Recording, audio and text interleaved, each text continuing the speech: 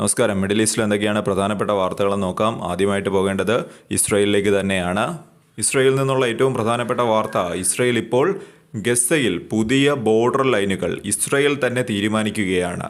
ഗസയിലെ bait Hanoun അതുപോലെ തന്നെ ജബലിയ തുടങ്ങിയ പ്രദേശങ്ങൾ സന്ദർശിച്ചതിന് ശേഷം ഇസ്രായേലി സൈനികരോട് IDFന്റെ ചീഫ് ഓഫ് സ്റ്റാഫായിട്ടുള്ള AR സമീർ പറഞ്ഞത്, ഗസയിൽ നമുക്ക് പല ഭാഗങ്ങളുടെയും നിയന്ത്രണം കിട്ടിയിട്ടുണ്ട്.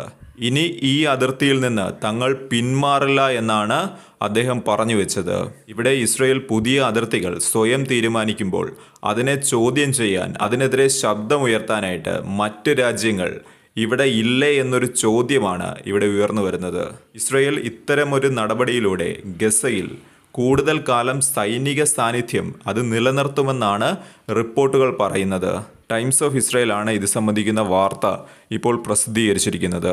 ഇതിനു മുമ്പ് പറഞ്ഞു കേട്ടിട്ടുള്ളത് അന്താരാഷ്ട്ര സേന ഇത്തരം പ്രദേശങ്ങളുടെ നിയന്ത്രണം ഏറ്റെടുക്കുമെന്നാണ് ഇതിനു മുമ്പ് പറഞ്ഞു കേട്ടിട്ടുള്ളത്. എന്നാൽ ഇപ്പോൾ ഇസ്രായേലിൻ്റെ ഭാഗത്ത് നിന്ന് ഇത്തരം പ്രസ്താവനകൾ വന്നതിന് ശേഷം അത്തരമൊരു സാഹചര്യം ഉണ്ടാകുമോ എന്നുള്ള കാര്യം സംശയമാണ്. ഇതിനെതിരെ, അതായത് ഇസ്രായേലിൻ്റെ നടപടികൾക്കെതിരെ വിമർശനം അത് ഉയർന്നേക്കാം. എന്നാൽ അതിൽ കൂടുതൽ ഒന്നും പ്രതീക്ഷിക്കാനില്ല. അമേരിക്ക എന്നും ഇസ്രായേലിന് ഒരു സപ്പോർട്ടുമായി നിൽക്കുന്ന ഒരു രാജ്യമാണ്. മിഡിൽ ഈസ്റ്റ് രാജ്യങ്ങളെ സംബന്ധിച്ച് അവർ ആദ്യം നോക്കുന്നത് അവരുടെ സുരക്ഷയാണ്. അതുപോലെ തന്നെ US ബന്ധം, എണ്ണ തുടങ്ങിയ കാര്യങ്ങളൊക്കെയാണ് മിഡിൽ ഈസ്റ്റ് രാജ്യങ്ങൾ ആദ്യം നോക്കുന്നത്. അതിനാൽ തന്നെ ഇത്തരം രാജ്യങ്ങൾ കാര്യമായി പ്രതികരിക്കുമോ എന്നുള്ള കാര്യം വരും ദിവസങ്ങളിൽ മാത്രമേ നമുക്ക് അറിയാൻ സാധിക്കുകയുള്ളൂ. പിന്നെയുള്ളത് ചൈന, റഷ്യ തുടങ്ങിയ രാജ്യങ്ങളാണ്. എന്നാൽ അവർ ഈ ഒരു മേഖലയിൽ, അതായത് ഈ മിഡിൽ ഈസ്റ്റ് മേഖലയിൽ സ്വാധീനം അത് ഉറപ്പിക്കുക എന്നുള്ളതാണ് അവർ ആദ്യമായി ലക്ഷ്യമിടുന്നത്. ഈ രണ്ട് രാജ്യങ്ങൾ ഒരുമിച്ച് നിന്നുകൊണ്ട്, അതായത് ചൈനയും റഷ്യയും ഒരുമിച്ച് നിന്നുകൊണ്ട് ഇസ്രായേലിന് മേൽ അന്താരാഷ്ട്ര സമ്മർദ്ദം അത് ചെലുത്താൻ സാധിക്കുന്ന രണ്ട് രാജ്യങ്ങളാണ്. എന്നാൽ ഇതുവരെ ഈ രണ്ട് രാജ്യങ്ങളും പ്രസ്താവനകൾ നടത്തുന്നുണ്ട്. അതിനപ്പുറം ഒരു അന്താരാഷ്ട്ര സമ്മർദ്ദം ഇസ്രായേലിന് മേൽ ചെലുത്താനായിട്ട് അത്ര കണ്ട് ശ്രമിക്കുന്നില്ല എന്നാണ് റിപ്പോർട്ടുകൾ പറയുന്നത്. ഇറാൻ മാത്രമാണ് ഇത്തരം അനീതിക്കെതിരെ എന്തെങ്കിലും ഒരു ശബ്ദം ഉയർത്തുന്നത്, അല്ലെങ്കിൽ നട്ടെല്ല് നിവർത്തി എന്തെങ്കിലും ഒരു കാര്യം പറയുന്നത്. മറ്റൊരു വാർത്ത വരുന്നത്, ജർമ്മൻ ചാൻസലറായിട്ടുള്ള ഫെഡറിക് മോർ എന്ന് പറയുന്ന വ്യക്തി ഇപ്പോൾ ഇസ്രായേൽ സന്ദർശിക്കുകയാണ്. യൂറോപ്പിലെ തന്നെ സ്വാധീനം ഏറ്റവും കൂടുതൽ ചെലുത്താൻ കഴിയുന്ന ഒരു നേതാവാണ് ഈ ജർമ്മൻ ചാൻസലർ. അതിൻ്റെ കൂടെ തന്നെ ഈ ഇസ്രായേലിന് ഏറ്റവും കൂടുതൽ പ്രതിരോധ സഹായങ്ങൾ നൽകുന്ന ഒരു രാജ്യവുമാണ് ഈ ജർമ്മനി എന്ന് പറയുന്നത്. ഇസ്രായേലിന് ജർമ്മനി ഇപ്പോൾ സബ്മറീൻ തുടങ്ങി പ്രതിരോധ സാങ്കേതിക വിദ്യകളെല്ലാം തന്നെ ഇസ്രായേലിന് വേണ്ടി ജർമ്മനി നൽകുന്നുണ്ട്. ഈ ഒരു സന്ദർഭത്തിൽ തന്നെ ഇപ്പോൾ ഇസ്രായേലിൽ എത്തിയിട്ടുള്ള ജർമ്മൻ ചാൻസലർ ഇസ്രായേലിൻ്റെ ചെയ്തികളെ കാര്യമായൊന്നും വിമർശിച്ച് കണ്ടിട്ടില്ല.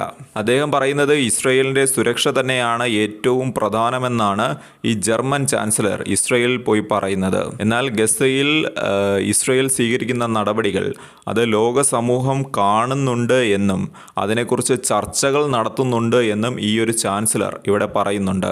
ഇസ്രായേലിന് പിന്തുണ നൽകുന്നുണ്ട് എങ്കിൽ കൂടിയും അന്താരാഷ്ട്ര നിയമങ്ങൾ പാലിക്കണമെന്നൊരു നിർദ്ദേശവും അദ്ദേഹം ഇവിടെ വെക്കുന്നുണ്ട്. അതായത് ചുരുക്കി പറഞ്ഞാൽ കാര്യമായിട്ടുള്ള ഒന്നും തന്നെ ഈ ജർമ്മൻ ചാൻസലർ ഇവിടെ പറഞ്ഞു വെക്കുന്നില്ല.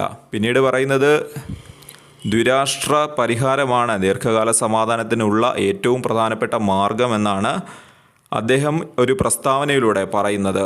അതുപോലെ തന്നെ ഇസ്രായേലി പ്രൈം മിനിസ്റ്റർ ആയിട്ടുള്ള ബെഞ്ചമിൻ നെതന്യാഹുവിനെ ജർമ്മനി സന്ദർശിക്കാനായിട്ട് ഈ ചാൻസലർ ക്ഷണിക്കുമോ എന്നുള്ളൊരു കാര്യവും ഇപ്പോൾ ഉയർന്ന് കേൾക്കുന്നുണ്ട്. എന്നാൽ ഇത് സംബന്ധിച്ച് ഇതുവരെ തീരുമാനമൊന്നും എടുത്തിട്ടില്ല.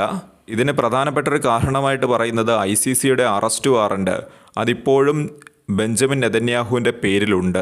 ജർമ്മനി എന്ന് പറയുന്നത് ICCയിലെ ഒരു അംഗരാജ്യമാണ്. അതുകൊണ്ട് തന്നെ ജർമ്മൻ ചാൻസലർ ബെഞ്ചമിൻ നെതന്യാഹുവിനെ ക്ഷണിക്കുമോ ഇല്ലയോ എന്നുള്ളത് ഈ ഒരു സാഹചര്യത്തിൽ അതിനെക്കുറിച്ചൊന്നും പുറത്തു വന്നിട്ടില്ല. മറ്റൊരു വാർത്ത, ഇസ്രായേൽ ഇറാനുമായി നടത്തിയിട്ടുള്ള ഈ ഒരു 12 ദിവസം നീണ്ടുനിന്ന യുദ്ധത്തെക്കുറിച്ച് കൂടുതൽ വെളിപ്പെടുത്തലുകൾ ഇപ്പോൾ പുറത്തു വന്നിട്ടുണ്ട്. IRGC ആണ്, അതായത് ഇറാൻ റവല്യൂഷണറി ഗാർഡ് ആണ് ഇത് സംബന്ധിച്ച് കൂടുതൽ വിവരങ്ങൾ ഇപ്പോൾ പുറത്തുവിട്ടിരിക്കുന്നത്. IRGC പറയുന്ന കാര്യങ്ങളാണ് ഇനി പറയാൻ പോകുന്നത്.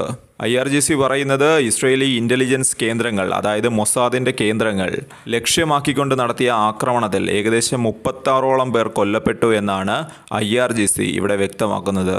അതുപോലെ തന്നെ ഇസ്രായേലിലുള്ള ഹൈഫയിലെ റിഫൈനറികൾക്ക് നേരെയും പ്രിസീഷ്യൻ മിസൈൽ സ്ട്രൈക്ക് നടത്തിയെന്നുമാണ് IRGC പറയുന്നത്. എന്നാൽ ഇത്തരം വാദങ്ങളോട് ഇപ്പോൾ ഇസ്രായേൽ പ്രതികരിച്ചിട്ടില്ല. തങ്ങൾക്ക് വലിയ നാശനഷ്ടങ്ങളൊന്നും വരുത്താൻ ഇറാന് കഴിഞ്ഞില്ല എന്നൊരു വാദമാണ് ഇസ്രായേൽ എപ്പോഴും മുന്നോട്ട് വയ്ക്കുന്നത്. തങ്ങളുടെ പ്രധാന കേന്ദ്രങ്ങളെല്ലാം തന്നെ സുരക്ഷിതമാണ് എന്നൊരു വാദവും ഇസ്രയേൽ എപ്പോഴും ഉയർത്തി കാണിക്കുന്നുണ്ട്. എന്നാൽ IRGC യുദ്ധത്തിനിടെ നടന്ന കാര്യങ്ങൾ, അത് സംബന്ധിക്കുന്ന വിവരങ്ങൾ കൂടുതലായി ഇപ്പോൾ പുറത്തുവിടുകയാണ്. അൽ ജസീറയാണ് ഇത് സംബന്ധിക്കുന്ന വാർത്ത ഇപ്പോൾ പ്രസിദ്ധീകരിച്ചിരിക്കുന്നത്.